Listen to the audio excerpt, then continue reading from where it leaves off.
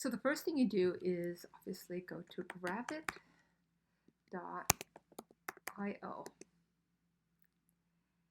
And when you get to gravit.io, you're going to hit Start Now.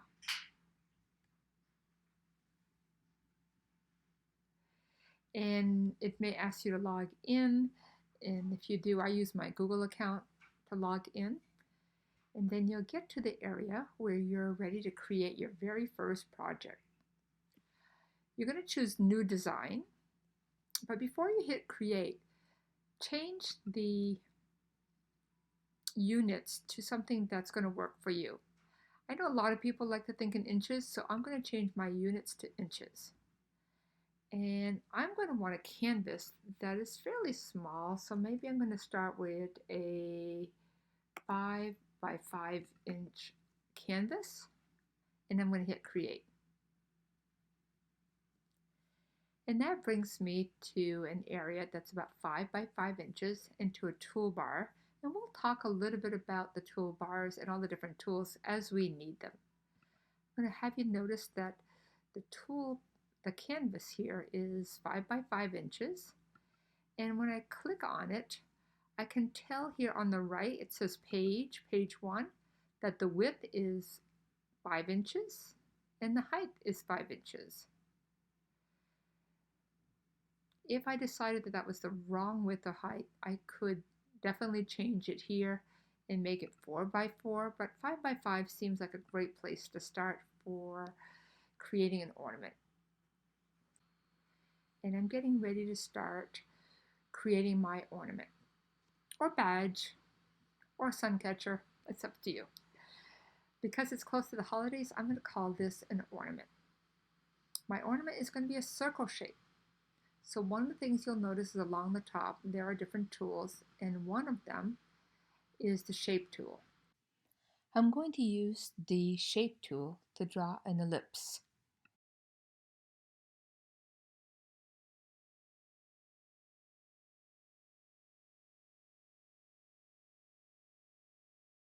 But one of the things you may notice is that I might draw it and it may not be more like an oval than a circle.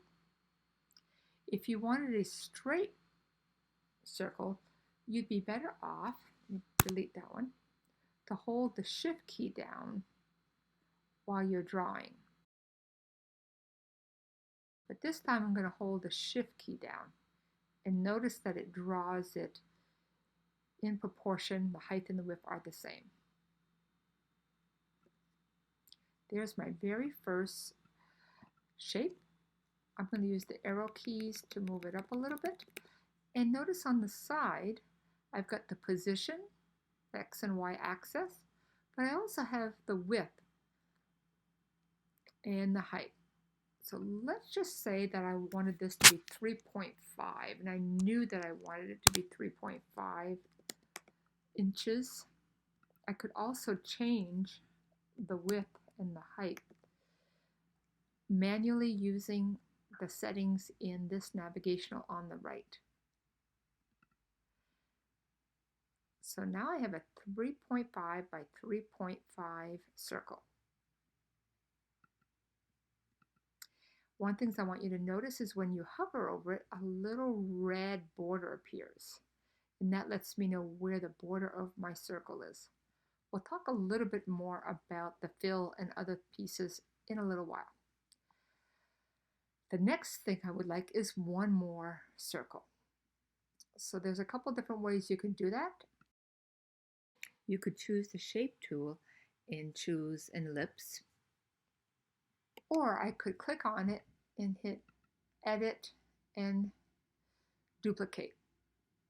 And that was going to create the exact same circle. Notice I have two circles now. I'll just drag one. And I want the other circle, the second circle, to be a little bit smaller. So I could eyeball it and drag it till it's the size that I want. Or I could come over on the right-hand side and say the first one was 3.5. I want this one to be 2.5.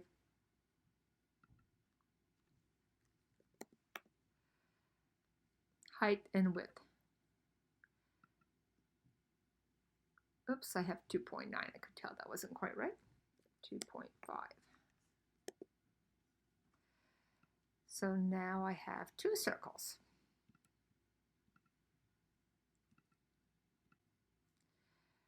I'm going to go over here and save it. File, save. And down the bottom here, I will have, I'm going to call this Holiday Ornament. Simple. It's going to be a fairly simple ornament.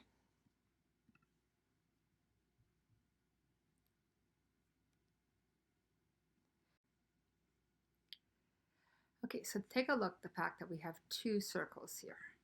1, 2. 1, 2. And every time we hover over them, I can see the outline. To make it a little easier to work with, one of the things I like to do is to color my shapes and then remove the cover when I no longer need it to help tell where my shapes really are. So for example, I'm going to choose the smaller circle. I'm going to select the smallest circle and I'm going to come over here where it says fill, and instead of having it be gray, I'm going to click on the gray and maybe I'll pick yellow. Now my smallest circle is yellow. It does not have a border, but its fill is yellow. Now I'm going to pick my larger circle and I'm going to click on fill and I'm going to make it be orange. Makes it a little easier to tell where your circles are without having to hover over them every time. Then we're going to remove the color later.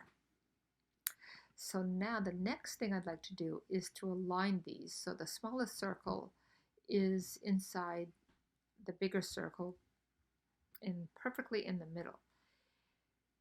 I could eyeball it,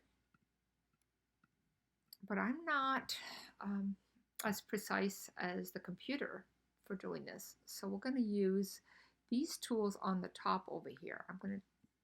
They are called align left, align center, align right, align top, align middle, and align bottom.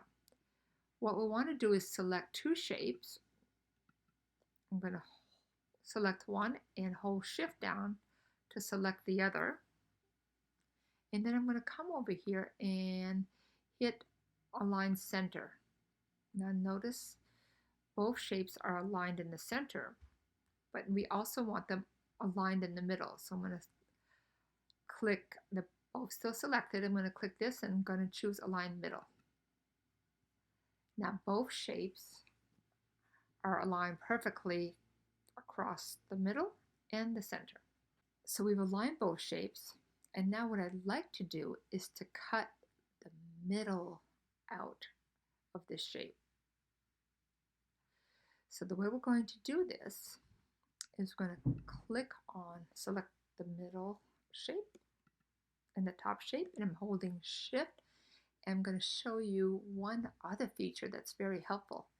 And this feature, it looks like 2 boxes, and it allows you to subtract, intersect, do differences, or merge 2 shapes. In this case, I would like to subtract the area of the lower shape from the object. So when I click subtract, that shape is gone, and now we really only have one shape.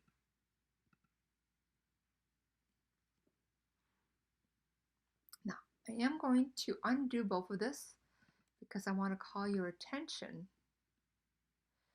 to something on the left-hand side that's going to come in really handy. So we're going to go back to where we were, and we're going to select the yellow shape. That's the smallest circle. On the left-hand side, you're going to see layers, and they're both called ellipses. That's not very helpful. I'm going to pick one, and notice the bottom one is the bigger shape. Then I'm going to pick the other one. Now I've selected the smaller yellow shape. I'm going to rename this right now. I'm going to double click on it, and I'm going to call it yellow smaller circle. Now I'm going to click on the other shape, and this time I'm not actually clicking on the shape, I'm clicking on the layer, and it selects the shape, and I'm going to name it Orange Outer Circle.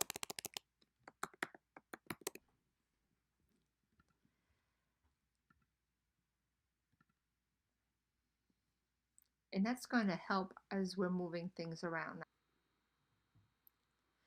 Okay, what I'd like to do is to cut the yellow circle out of the orange circle.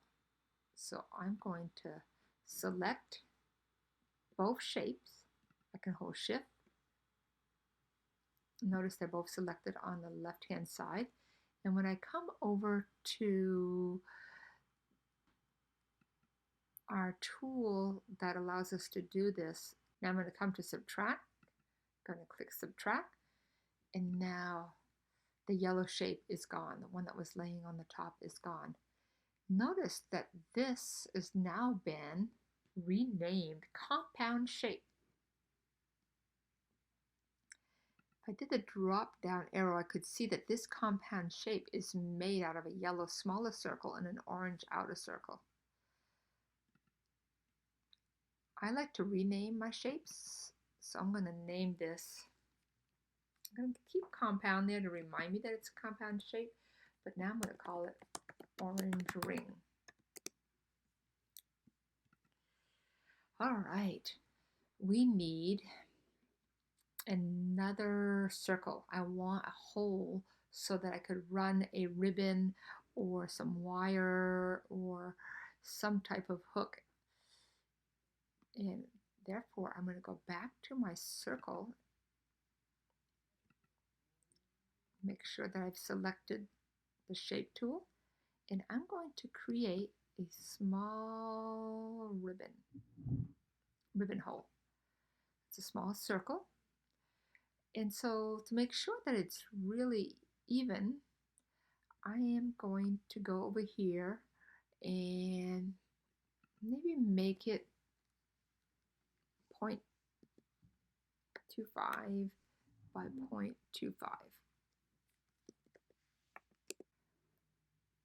Now I have a nice little hole here for the ribbon, and notice on the left hand side it's called ellipsis. I could call it my ribbon hole. That will help me understand what that hole is and why it's there. Now remember that that hole might not be perfectly centered, but I do have some tools that can help me with that. If I select the ribbon hole and I select the orange ring, I can come over here, and this time I don't want to put it in the middle because it would come down here. Let me undo that. What I really want is just to center those two, align center. Now they're perfectly aligned, but they're still two different circles. So what I think I'd like to do is to cut that ribbon hole out of the orange ring. We're going to repeat these steps. We're going to choose the orange ring and the ribbon hole. Notice that they're both selected on the left-hand side. They're selected here because I dragged them. I could have held Shift. And now I want to, you guessed it, subtract.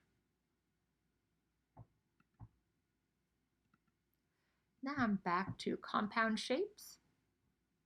It renamed it, and it's the ribbon hole and the yellow circle, but it's all been compounded into one shape. So I'm going to call this Ornament Base. My ornament base is made out of a ribbon hole, a yellow smaller circle, an orange outer circle.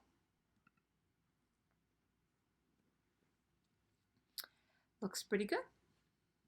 Let's take a break. Now, what I'd like to do next is to add a rectangle. So I'm going to go to the shapes. I'm going to select rectangle, and I'm going to draw a rectangle across the middle, something like this, to put some words in. And again, this rectangle, when I draw the shape, I can change the X and Y position. I can change the width and the height, but I think I've eyeballed it pretty well. But what I would like to do is to align it with the ornament base. So I'm going to click here, and I'm going to hold shift and click on the ornament. Now they're both selected. Now do you remember the align tools here? If I centered it, it nudged it over to the left so that it's nice and even. And if I wanted to align middle, nudged it down a little, so now it's aligned top and bottom. Now, one of the things I'd like to do is to take both of these, and this time I don't want to cut out the rectangle. I want to merge them so they are one shape. So because they're both selected, I'm going to go up and I am going to choose union. And watch what happens when I do union. It merges them together. Ta-da! Now I have one big compound shape again. And I am going to rename this on the left and call it Ornament with Rectangle.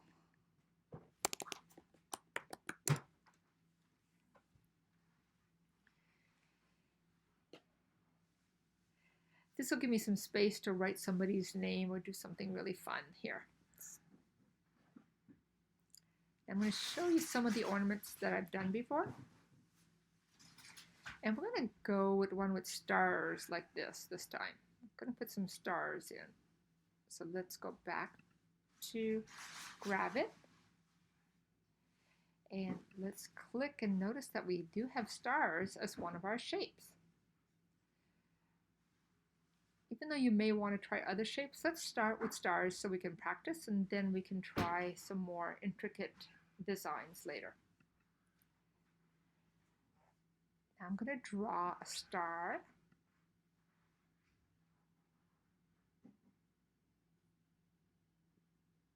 And I want some of the stars pointers to touch the outer frame.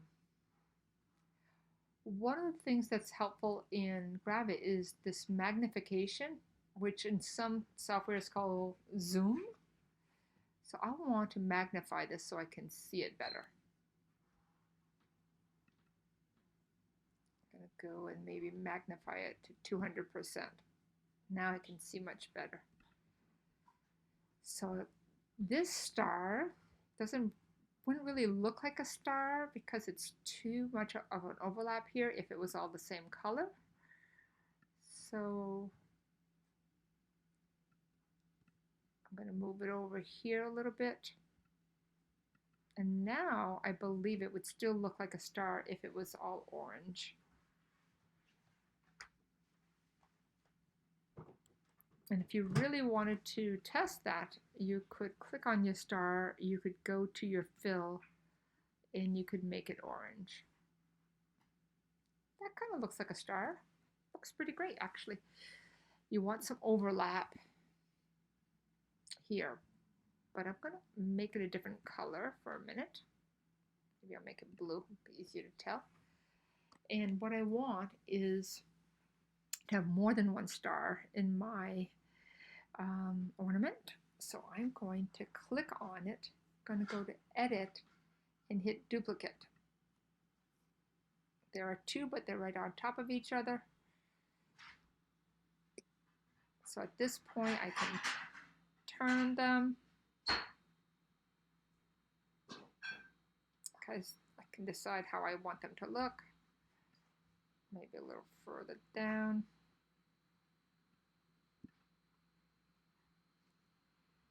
So now I have two stars, and there is some overlap here.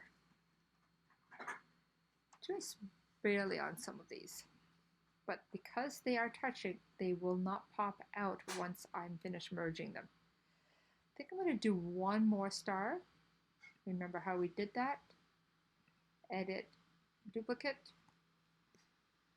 They're on top of each other. I'm going to move this one over here. Use that top part here to maybe give it a little bit of a star look. Yeah, come down a little bit. And there are my stars.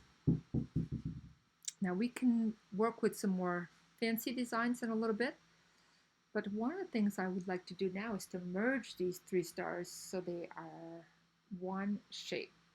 If you don't, then the lines will cut in between them, and when we cut them on the laser cutter or the vinyl cutter. So I'm going to hold this one, and this one, and this one, and I'm going to go to my merge, which is union. And now, notice how the lines are gone in between, so these stars will kind of hold each other in place. So we actually have two shapes here. We have the ornament with the rectangle, and we have this one, which is the stars. I could rename that and call it stars.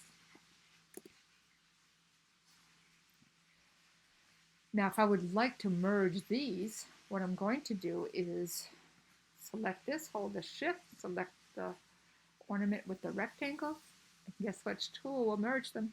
You guessed it, the union tool. Now take a look at our ornament. It's almost done.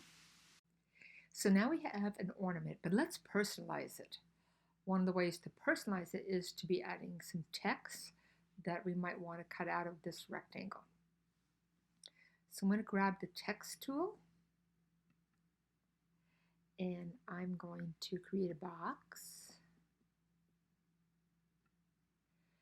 and I'm going to write the name of my grandson Oliver and change the font, and over here I can make it bold, and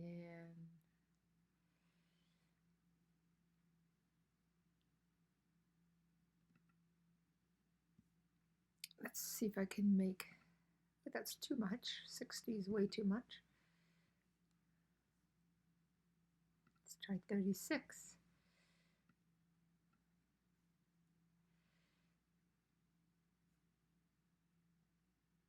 If I did that, I think I'd want to center it.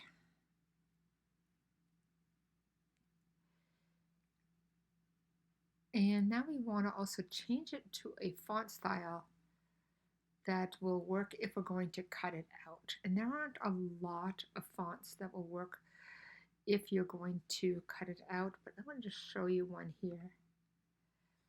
The word Oliver here would almost work, but there would be some pieces, the middle of the E, that would not work cut out. So we're going to keep this really simple. I'm going to look for a stencil type font.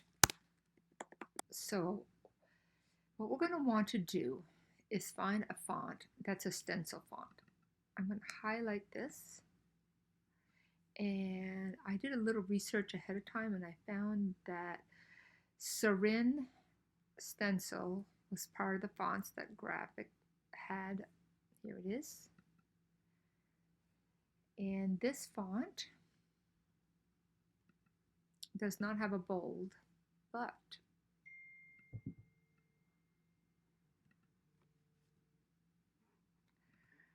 it will, because it's a stencil font, let me put it back over here, because it's a stencil font, we will be able to preserve it from being totally cut out when we send it through the laser cutter. I'm going to make it a little bit bigger.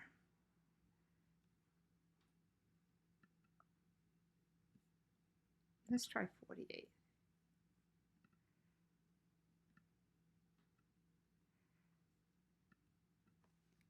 I had to make the text box a little bit bigger. And I'm going to magnify this so that you can see it.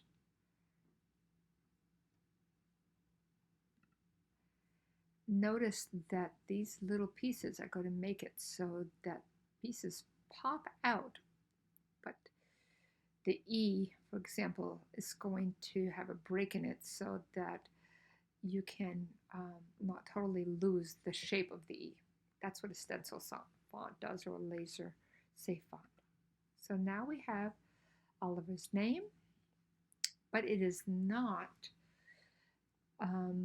vectorized. The text box needs to be vectorized next. What does that mean? That means that we need to change it from this format to a format that the laser cutter can interpret, that has different cutting paths. So I am going to right click on here, and to see where it says convert to path, I'm going to hit convert to path, and you will notice that it changed to kind of a blue, and when I hover over it, it's actually a red line. And over here, you will notice that when I click on just the rectangle for the checks, actually that's just the rectangle, I take that back. When I click on compound path, that highlights Oliver, or the name, and I'm going to rename this so I'll remember that this is Oliver and it's vectorized, or it's the path format. So now we have the whole shape, which I'm going to rename again, double click on it, and name it as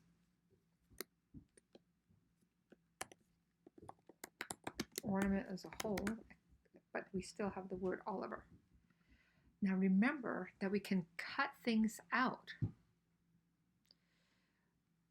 of two shapes if we select them both. So now I have them both selected, and when I go to the area that says subtract,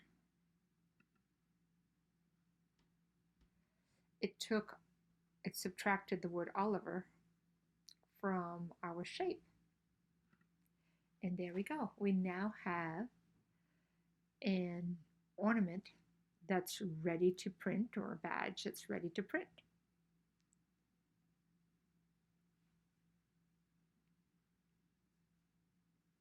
I'm going to save it.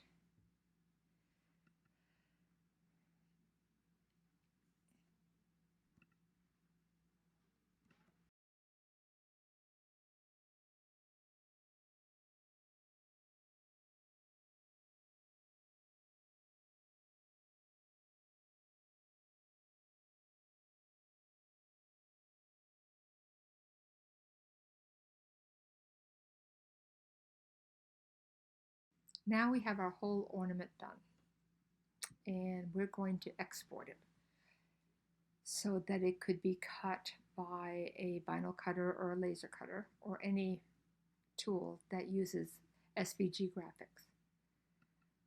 We're going to do File, and we're going to go to Export. And what we want to do is export it as a scalable vector graphic. I'm going to click that. And you'll notice that it is exported down below.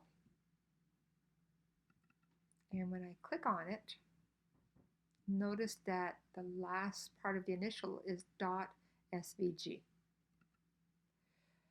This is a type of file that can be read by many machines and maker tools that are cutting tools that use SVG graphics. Let me show you what that would look like.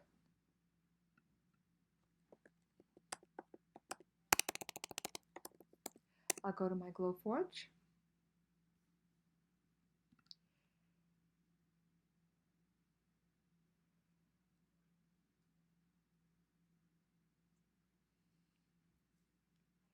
I'll hit Create, a new blank design.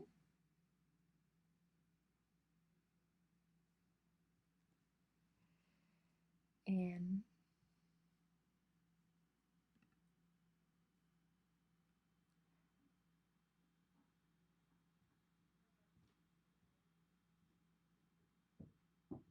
I'll hit the import artwork and I'm going to do upload. And there's my holiday ornament.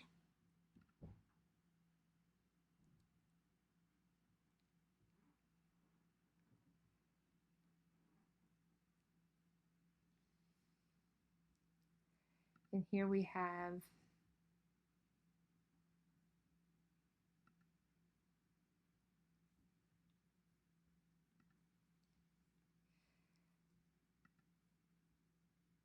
put this on cut. And I'll do it on cardboard.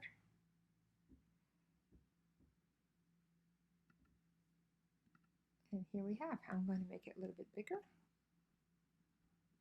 I'm holding the shift down. And notice that it will all cut out in a way that is laser safe. I don't need it quite that big. So I'm going to go back and put it more like 4 inches. And we'll give it a try. That's it for this tutorial. Check out our next tutorial where we'll go over how to add some personalized shapes to your ornament or badge.